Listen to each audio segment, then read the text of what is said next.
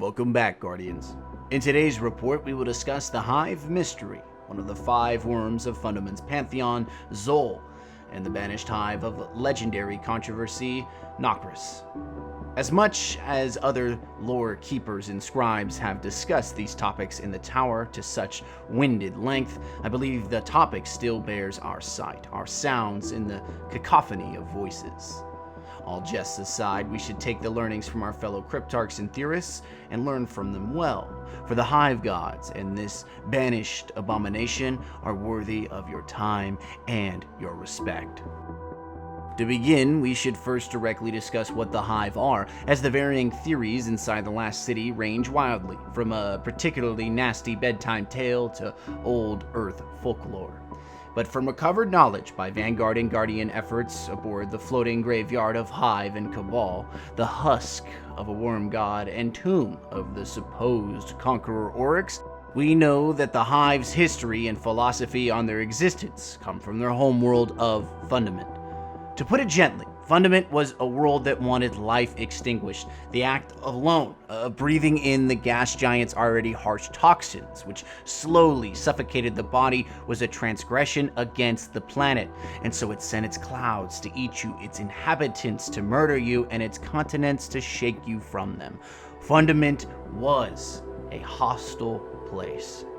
But it transformed what were the peaceful Krill people into the darkness-infused worm god fanatics that hollows out our moon and threatens our solar system.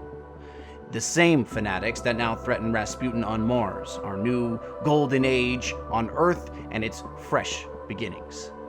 But these fanatics are not simple followers of the old worm gods such as Oryx and his brood. This brood follows a Hive liege that our records in the tower cannot match. To put it simply, there is no mention of this Hive god at all except one minor reference that was retrieved from Guardian fire teams during the initial days in the Taken War. Aboard the Dreadnought, aside the throne of Oryx, the Taken King, there was a reference made by a Guardian's ghost who had scanned the exterior room and sigils that were laid before them. That ghost had scanned the sigil of the banished son of Oryx, Nokris. However, our records on Nokris are limited at best. A few scraps of knowledge cling to the tail end of outdated and often exaggerated reports, leaving many in the tower to assume the worst or hope for the best. Some assume Nokris is vanished at the hands of the Taken King for a familial betrayal. Others believe that Nokris never existed, and the translation we have from the Dreadnought is only a mistranslation from an ancient Hive dialect our ghost barely comprehends. Others speculate that Nokris could be the mother to Crota and wife to Oryx.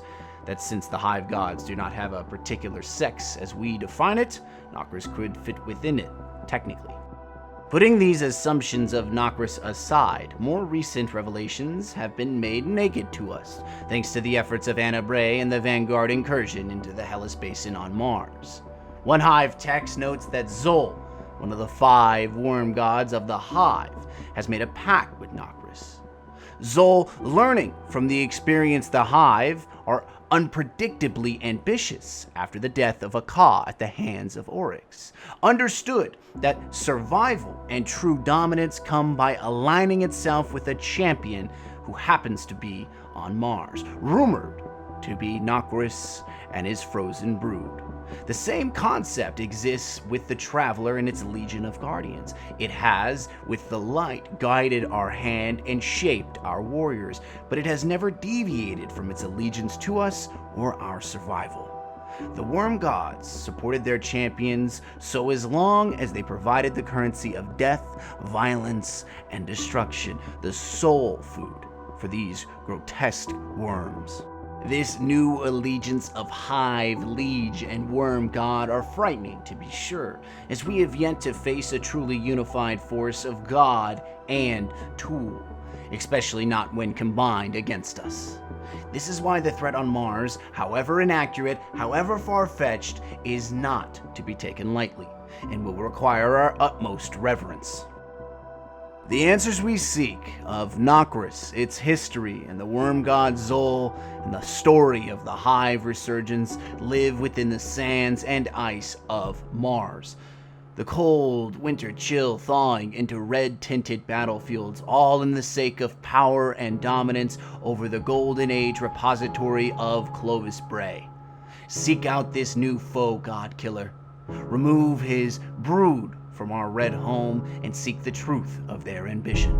But remember, the Hive are foes we cannot fully comprehend, and we have yet to face the wrath of a worm god.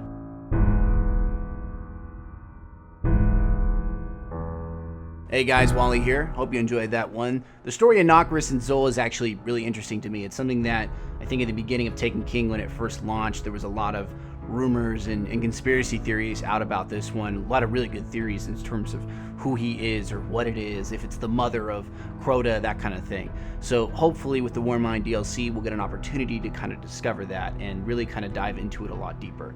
I hope you guys are enjoying sort of the new Destiny videos. I'm obviously making more of them now with the DLC coming out. I've actually been playing the game quite a bit on PC with a lot of the Lore Seeker guys, so if you want to hop in games with us, make sure you check out the description below, join our Discord. We talk about lore and not just Destiny, but almost any other game that has some good universe history behind it.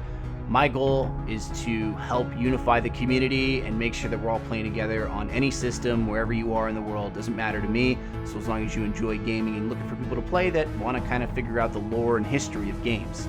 That's the point of the Lore Seekers. So if that sounds interesting to you and you want to join up with us, check out the Discord, and hopefully I'll see you guys in the next video. Peace.